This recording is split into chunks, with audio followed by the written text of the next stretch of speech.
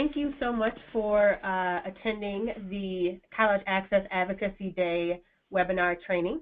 My name is Sarah Anthony. I serve as Deputy Director for Partnerships and Advocacy here at the Michigan College Access Network, and I'm joined by our Executive Director, Brandy Johnson, as well as one of our great program assistants, Dominique Clemens.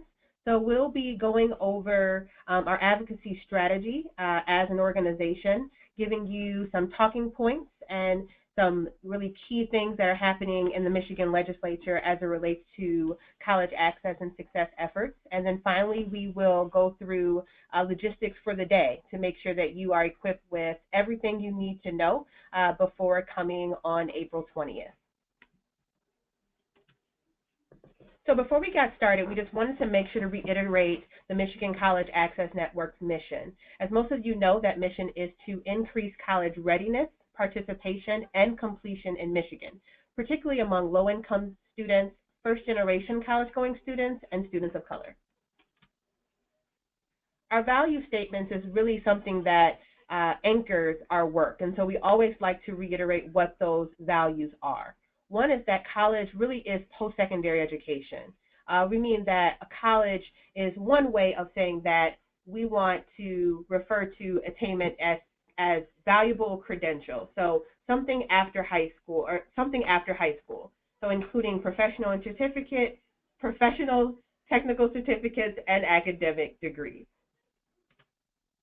We also believe that college is a necessity. It's no longer an option just to have a piece of paper saying that you graduated from high school, but that in this knowledge-based economy, we believe that everyone needs to pursue and complete a post-secondary credential or degree after high school. We also believe that college is for everyone. We see that the largest gaps in college attainment really are among low-income students and students of color. And so we as an organization are committed to closing those gaps. And then finally, that college is a public good. We believe that post-secondary educational opportunities are not just a public good or a private good, so that you're going to do better as an individual with that additional piece of paper, but that we know that our entire society does better. We have a stronger economy. We have healthier communities when more people have degrees and credentials. And it all anchors around our big goal, which is to increase the percentage of Michigan residents with a degree or post-secondary certificate by 60% by the year 2025. You'll see the goal 2025 throughout the entire day. We'll have posters, we'll have pens, we'll have cards. It's all anchored around the 60% by 2025 goal. And it's one of the things that we're going to be advocating for throughout the entire day. So this is your advocacy team on staff. Our executive director comes from a long history of being a policy assistant with the governor's office, both here as well as in Arizona, and has a lot of experience working in this field. And I also am a local policymaker and served in the Michigan legislature as a legislative assistant. So we definitely have some credibility in this space, and we love being a part of this work and serving as your advocacy experts on the MCAN team. So one of our key strategies is advocacy and leadership. We like to think of ourselves as the authority on college access and success issues in the state, and we advocate for policy reforms that expand post-secondary opportunities for, again, low-income students, students who are first in their families to go to college, and students of color. And so many folks will say, well, why advocate? Why, as a local college access network or a program administrator or assistant, why would we spend time advocating? Well, one, we think it's important to educate legislators about the important work that we're doing on the state level as well as in local communities. We have so much turnover because of term limits and just folks who are not familiar with the work that's happening on the ground that we feel it's important to continuously educate legislators about what's happening. We also think it's important for folks on the ground to have knowledge about what's happening in the legislature. So we think that it's important to gain knowledge of the legislative process and to stay current on issues that's impacting our field. And finally, this day will also be a really good opportunity to network with other college access professionals across the state.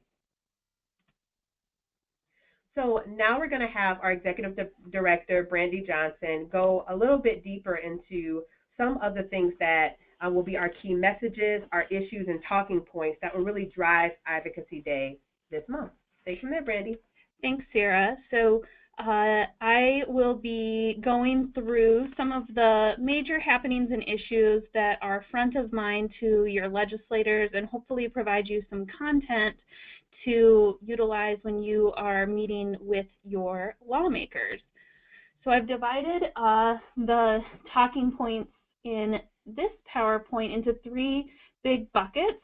The Governor's 21st Century Education Commission report, which came out recently, the fiscal year 2018 budget, which is currently being debated in the legislature.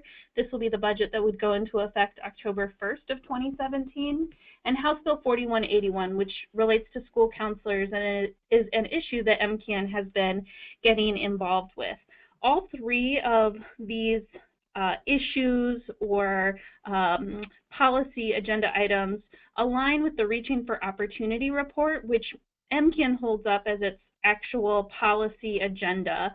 The Reaching for Opportunity report was released December 1st of 2015 after a working group including cross-sector stakeholders met to refresh an updated policy agenda related to post-secondary educational attainment. So all of the things I'll talk about here as it relates to the commission, the budget, and this counselor legislation are also contained in the Reaching for Opportunity report, which you can find at mitalentgoal2025.org. So first, the Governor's 21st Century Education Commission. So this report was released last month on March 10th via a press conference from the governor as well as several of the commissioners.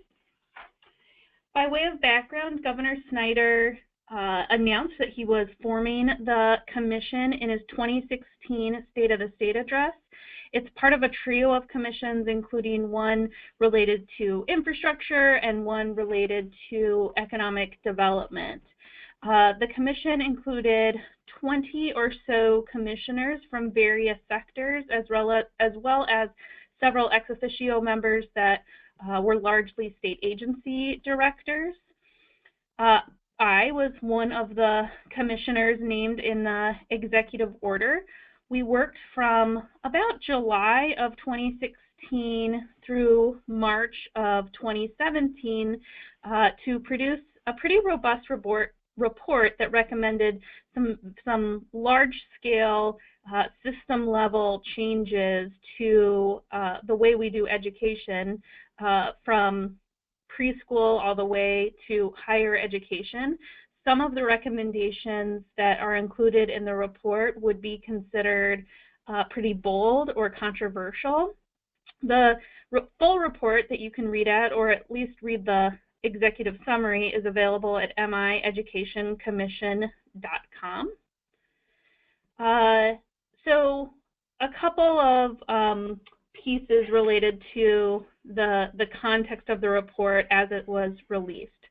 The first thing I want to emphasize is that the report is incredibly congruous and consistent with the MCAN value statements that Sarah just went over. So if you read the introduction to the report before the actual nitty-gritty policy recommendations start, it explicitly says that post-secondary educational attainment is really what we're talking about, that it's a necessity for Michigan's 21st century economy. Those manufacturing jobs that were low skill, high pay are gone and are not coming back, that we do need to recognize that some subgroups fare better than others on post-secondary educational attainment, and we're committed to closing those gaps, and that this is what's needed to really promote economic prosperity in Michigan. It's not about helping, it's not only about helping individuals and their livelihoods, but it's the way to make Michigan truly a top 10 state, a competitive state in our country within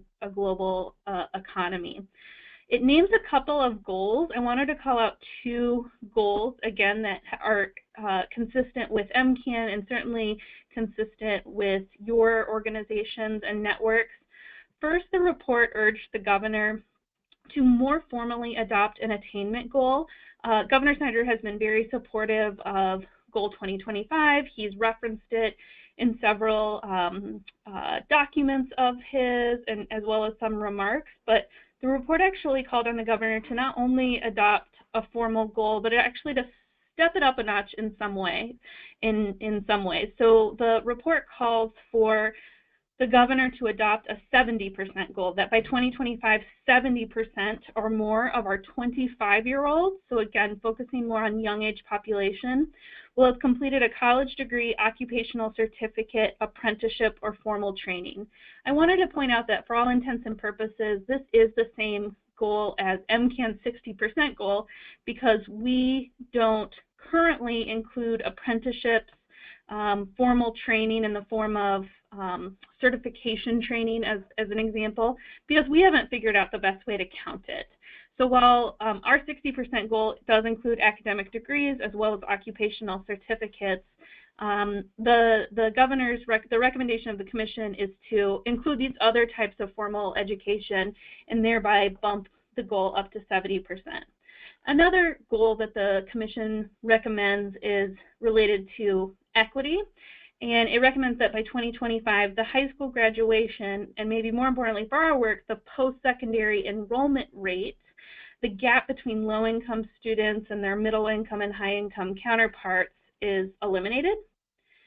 And then finally, the report is divided into 9 guiding principles. Within each principle are several recommendations.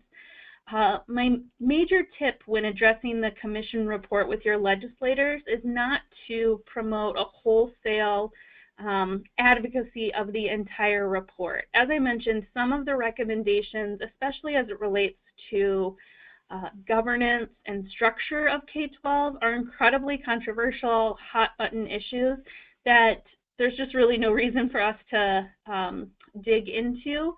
I would argue that, especially with the current legislature, there's just not going to be, it's not going to be embraced, the entire report. My recommendation to those participating in MCAN's Day at the Capitol is to really focus on guiding principle number 4, which is squarely in our lane, and encourage them to just focus on the recommendations, and there's 4 of them in principle number 4. This issue is bipartisan and is certainly politically feasible, whereas some of the other recommendations are not. So guiding principle number 4 in its most basic sense is to increase access to post-secondary education, which again is why we're all here at Advocacy Day to begin with. It focuses on eliminating family income as a barrier to our future workforce accessing post-secondary credentials. Within this guiding principle, there are 4 strategies. Again, each of these 4 strategies were also in the Reaching for Opportunity report, which was released in 2015. The first is to determine the proper funding level for higher education. So, recognize that our current appropriations to colleges and universities isn't adequate, figure out what would be an adequate amount, and then commit to funding at that level. The second is to support universal access to community college for all Michigan students. This has been done in other states, most notably Tennessee, which politically is pretty similar to Michigan. So it is certainly politically feasible, and when you also include the Pell Grant, is a viable option. So this would make community college tuition free for everyone. The third is to make 4-year degrees more affordable for students who demonstrate merit, which means more need-based financial aid for those students that are attending 4-year universities and who have demonstrated some level of college readiness, either through test scores or GPA. And then lastly, to support all students with counselors skilled in career guidance and post-secondary access. So that is certainly the content and is directly referencing both House Bill 41 as well as MCAN's recommendation to increase the number of school counselors, thereby decreasing the student-to-counselor ratio. So those 4 issues are great talking points when meeting with your legislators to really pull out, to extract very specific recommendations from the commission report without you having to support or advocate for the entire commission report. The second big issue relates to the budget. We purposefully held Advocacy Day in the spring, knowing we'd be right in the middle, in the thick of budget season, because this is, perhaps the way the legislature most directly impacts all of us at MCAN, all of our partners, and certainly students. So there are 3 parts of the budget that I want to go through.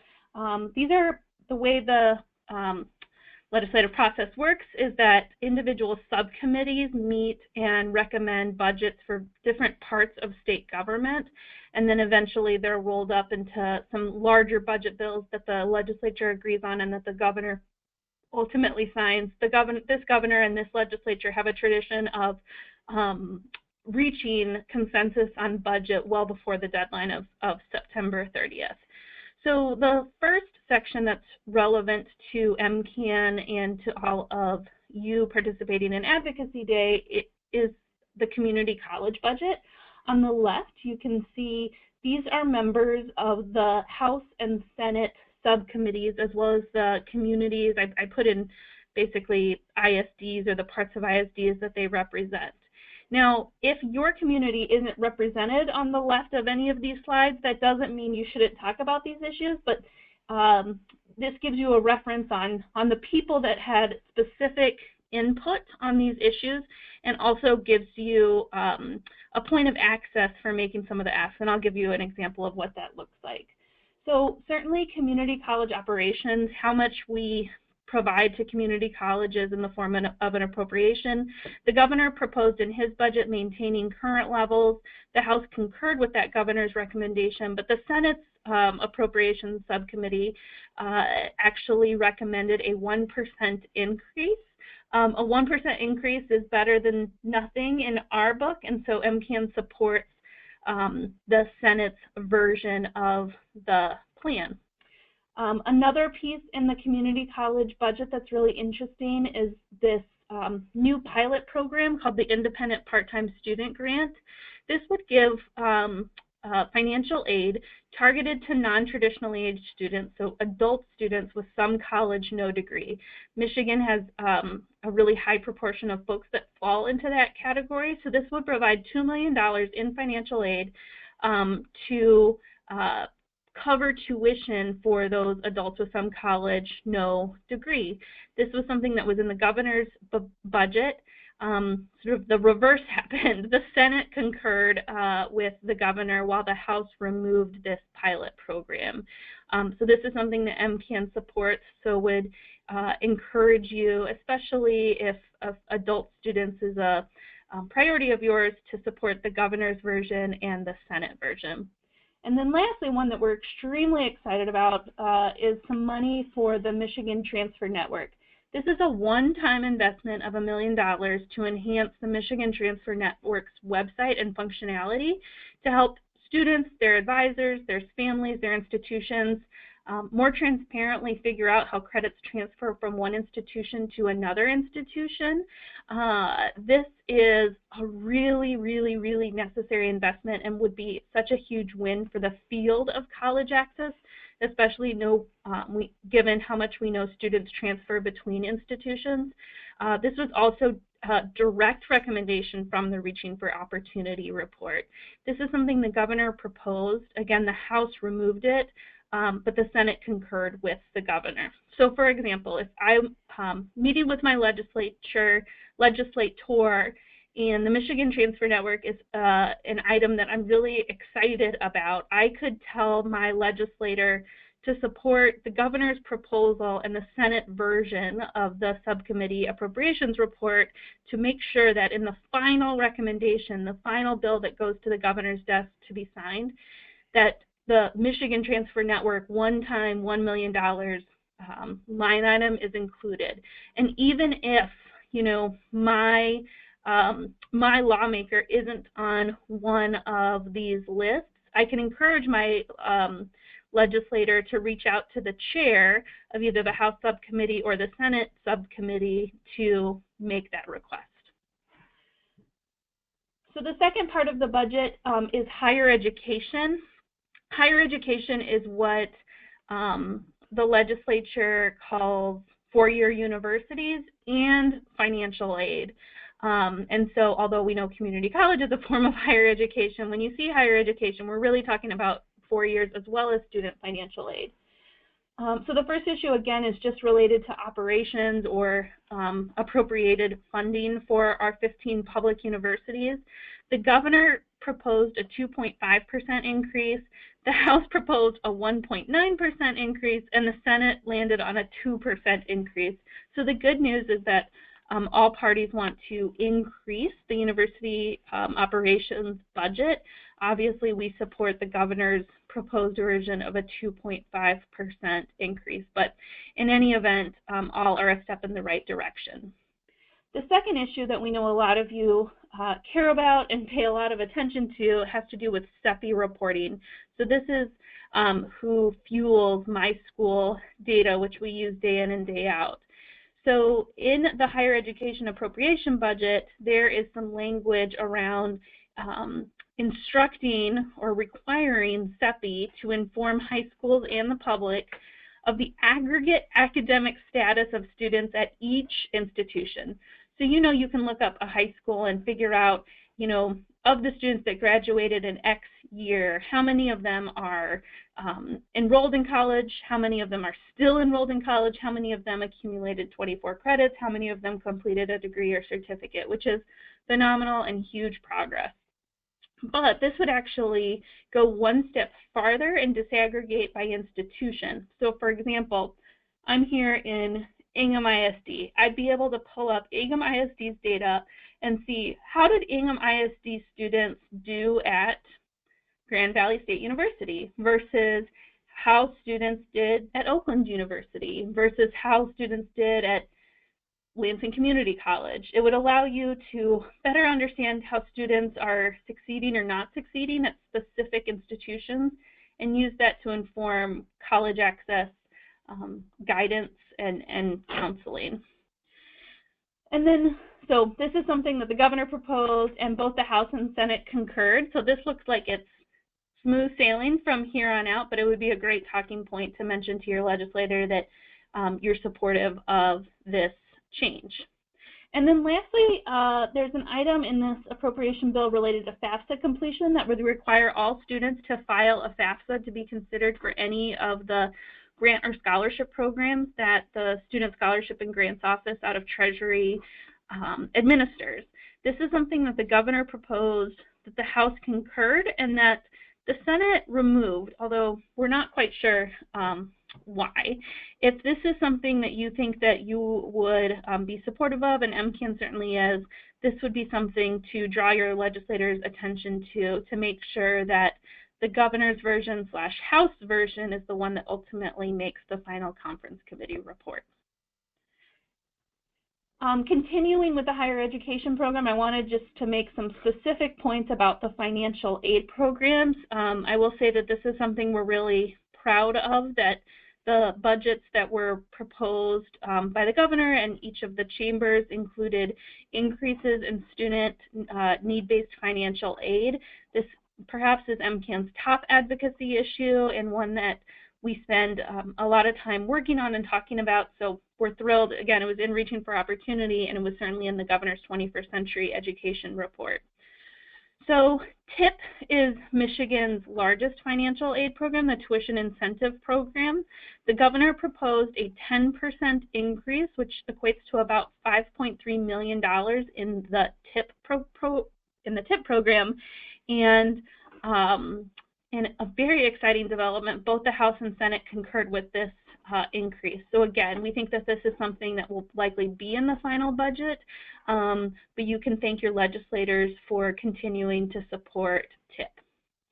The second financial aid program that proposed an increase is the Michigan Competitive Scholarship, which is a scholarship that is both need-based and merit-based. So you need to demonstrate financial need, but you also need to demonstrate merit. The governor proposed a 44% increase. That's about $8 million statewide, and to bring it to life, that would mean that the maximum award of each grant would be $1,000, which is higher than a lot higher than what it is now. The House proposed a much smaller increase of about 18%, which is $4 million, which means the max award would go up to $775. The Senate concurred with the governor, and that is the version that we support. So the larger increase to the Michigan Competitive Scholarship that would allow students to receive a maximum of $1,000. And then lastly, the Michigan Tuition Grant. The tuition grant is need-based, so that there has to be demonstrated financial need, but it's specifically for those students that are attending independent institutions as opposed to one of our 15 public universities or 28 community colleges. The governor proposed a modest increase of 9%, which would allow the maximum award to go to $2,000. The House proposed a 4% increase, which would allow the max award to go to $1,750, and the Senate again concurred with the governor, which again is the form that we support. So if you have students that use the TG, as it's often referred to in Lansing circles, to attend independent institutions, a larger award would certainly lower a barrier to post-secondary education and could be a talking point that you turn to. And then lastly, school aid, although this is perhaps the most talked about and controversial budget that the state government deals with, I would say that the community college and higher ed budgets are much more relevant to the work that we do. However, there are just a couple of things I wanted to draw your attention to. One of them is incredibly important, and that is MCAN's appropriation. So as you know, for many, many years now, Governor Snyder has championed line item appropriation specifically to the Michigan College Access Network to fund our operations, our programs and initiatives, as well as all of the re-granting we do to your organizations and into your communities. So it really, it represents just under half of our budget, but is used to fund almost at least some of all of our strategies, including professional development for school counselors, all of our grant programs to local college access networks, both the Advise Michigan and the MSU College Advising Corps programs, our statewide initiatives like College Month and College Decision Day, et cetera, et cetera, et cetera. So we take this $3 million and stretch it a long way by leveraging philanthropic investments from organizations like the Kresge Foundation and Lumina Foundation. We're really proud to say that this has, at least for the last couple of years, has not been particularly controversial, but it is very much vital to our success as an organization. So if you could please mention the MCAN funding when you meet with your legislators and just thank the legislators for continuing to support MCAN. It would be greatly appreciated. Both at the House and Senate have concurred with the governor's recommendation of level funding at $3 million, which is fantastic. So maintaining the status quo is what we want to see there. And if you could mention it, that would be great. A surprise somewhat of a surprise in the school aid budget, and it's a very small amount, but could have a really big impact on the students that we serve, relates to advanced placement. Basically, there was a federal grant that Michigan was drawing down to cover the costs of testing fees for low-income students that were in AP courses. A test fee of $50 or $100 can be a deal breaker for a low-income family. So the governor proposed a modest amount of $250,000 in the budget to cover the costs that for students, low-income students taking a P test. The House concurred with the governor, and then And this is surprising. The Senate actually proposed increasing that line item to $1 million, which was incredibly thrilling. So that is also something that you could mention as just a huge asset to low-income students, and something that we're really excited to support. So that's it on the budget. The last thing I want to mention is House Bill 4181, which relates to school counselor training, and something that MCAN has been supporting in various forms over the last several years. So in a nutshell, House Bill 4181 is a reintroduction of last year's House Bill 4552. So if you remember, House Bill 4552 specifies that 1/3 of the professional development hours that a counselor would need to renew their license needs to be in the areas of college and career readiness counseling. This is an almost identical version. Again, it's 50 of 150. It does not increase the total number of hours for school counselors.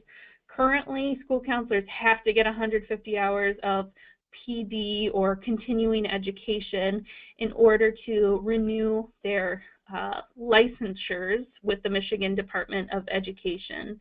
This would just say that within that 150, we need to make sure that college and career readiness issues are prioritized, because it's an issue that is sometimes not covered as extensively as it could be in master's degree pre-service programs, but it's also an area that is the most evolving and changing from year to year, unlike some of the other theoretical frameworks in school counseling and child development. This is something that we know counselors need to be kept current on.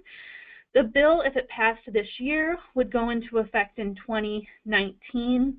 The bill specifies that Michigan Department of Education would take the lead in developing or promulgating the rules related to what would count toward this requirement and what wouldn't. But they would do so in consultation with TED. TED is not somebody's name. It is the Talent and Economic Development Department in Michigan, and of course other stakeholders like the School Counselor Association and the Michigan Association for College Admission Counseling, and MCAN would also be a part of that promulgation of rules process that would need to come after this bill has passed. To give you a snapshot of what's happened so far during this session, the bill was introduced in the House by Representative Roberts. Representative Roberts represents largely Eaton County, but also parts of Jackson County and Lenawee County. He is a member of the Talent and Workforce Development Committee in the House, and that is where this bill was referred to. Excited to promote that, or to announce that on a unanimous vote, it passed out of committee with a yay, or a recommendation to pass. And so the next step is for the bill to be voted on by the full House before it heads over to the Senate for deliberation. What we don't know yet is which committee it would be referred to in the Senate, so we'll certainly keep you posted as we learn more. But when you're meeting with members, either of the House or the Senate, it would be a very specific piece of legislation that you can refer them to say, House Bill 4181 would be good for students because it would make sure that counselors have the tools and resources that they need in order to provide effective college and career counseling. So I'm going to turn it over to, oh, well, let me say just one more thing. Besides these topics and very specific legislative issues, I want to remind you that you can talk to your legislator about other asks that you may have that might be specific to your organization or to your community. For example, you could ask the legislator to serve as a guest speaker or keynote speaker for a decision day event. You could ask your legislator to provide a legislative tribute, or which is sort of like a proclamation recognizing Michigan College Month in your community. You could see if your member has a staff person that's located within your district, so that doesn't necessarily work out of Lansing, but that stays in the district as a community relations liaison. We've seen several LCANs have this in-district staff member serve on the leadership teams of their LCANs and provide a great voice and a great connection to policy issues by having them on your leadership team. You could have the legislator co-author an editorial with you or do a blog or video post on his or her website emphasizing the importance of post-secondary educational attainment. So while it's important to talk about some of the pressing legislative issues that you want your legislator to have a specific voice on, you can also ask your legislator to get involved with your cause in other ways. So I am going to turn it over to Dom, but I wanted to just make sure to say that if you have any questions at all about any of these issues, you can certainly reach out to me directly via email, brandy@micollegeaccess.org. I can certainly go deeper on any of the budget issues, talk to you about things that you've heard about but maybe weren't reflected in this PowerPoint, and give you any other inside information I have about what's going on in Lansing. But I'll turn it over to Dominique, our program assistant. Thanks. So we are now just a little over a week away from Advocacy Day, and I am super excited. I hope you all are getting excited too. I'm just going to quickly go over some of the logistics of what Advocacy Day is going to look like. So what you're seeing now is the schedule for Advocacy Day. Most of you are going to be arriving at 10:30. You're going to meet us in the Speakers Library in the Capitol. But if you are an LCAN, you're going to be meeting us at 8:30 for a pre-Advocacy Day training, and you will be getting an email with all of the location details for that coming up shortly. From that 10:30 to 1:30 time frame, that is where the meat of the advocacy is going to be happening. Several of you will be meeting with legislative offices, either their staff or their legislator, and some of you will be staying at the Speakers Library for the luncheon portion. During that time slot, you'll be switching in and out of those roles, so everyone will have the opportunity to be at the legislative luncheon as well as meet with legislators or their staff. And then finally at 1 o'clock, we will all convene back together to take a photo highlighting what we've done at our Advocacy Day, and then the remainder of the afternoon will be spent with our local college access networks where they will be having their convening. So some quick things to remember before Advocacy Day starts. First is to register to participate, which at this point most of you should have already done that. Research who your legislators are. House.mi.gov or Senate.michigan.gov is where you can find information about your legislators and the districts that they serve. Again, familiarize yourself with the issues. All of the policy points that Brandy talked over, you will have the opportunity to share those with your legislator, as well as what you're doing locally in the community in the realm of college access. And then you want to gather materials about the work you're doing in your organization. We will have handouts for you to give to your legislator, but feel free to bring your own items to highlight, again, the work that you're doing. And then make sure you connect with our Advocacy Day and the work that we're doing on social media by using #Goal2025. During the actual day itself, make sure you're wearing comfortable and professional clothing, especially comfortable shoes. You will be walking around from office building to office building, as several of the legislators do have offices in different buildings throughout downtown Lansing. It is very important to remember to bring a photo ID. You will need that to get access to these buildings to check in with security. And then a big question that we've been getting is parking. So we recommend parking at the Townsend parking ramp, which is just behind the Senate Binsfield office building. It is a pay per half hour, but if you're there a certain amount of time, that'll max out. There are other parking ramps throughout downtown Lansing that are a little bit farther, but the Townsend would be a good go-to. When you're visiting with your legislators, make sure to introduce yourself in a positive and friendly way. provide information about the programs and the organizations that you are working on in the community as well as here at MCAN.